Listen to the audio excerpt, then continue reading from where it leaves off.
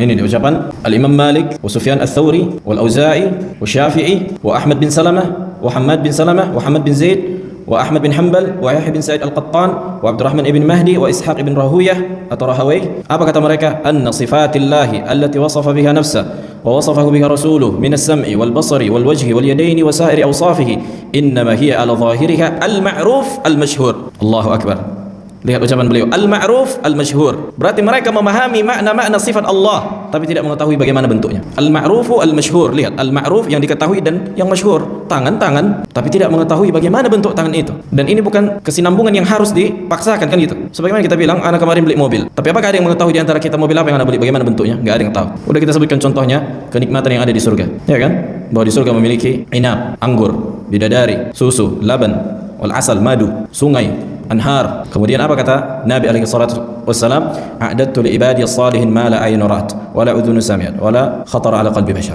Allahu akbar. Artinya kalian tidak mengetahui bagaimana kaifiat hakikat dari kenikmatan di surga, tapi kalian tahu maknanya. Itu yang dikatakan al-qadar al-mushtarak. Makanya orang-orang Asy'ariyah menetapkan mizan, timbangan di hari kiamat. Kata mereka, Allah alam bagaimana bentuknya. Kata mereka, Allah alam bagaimana bentuknya. Kenapa enggak kalian katakan pada sifat Allah, wajah Allah ada, tapi Allah alam bagaimana bentuknya? Konsepnya kan sama, perkara gaib. Begitu juga disebutkan dalam hadis bahwa manusia ketika di padang mahsyar ada yang keringatnya menenggelamkannya semata kaki, selutut, ya kan?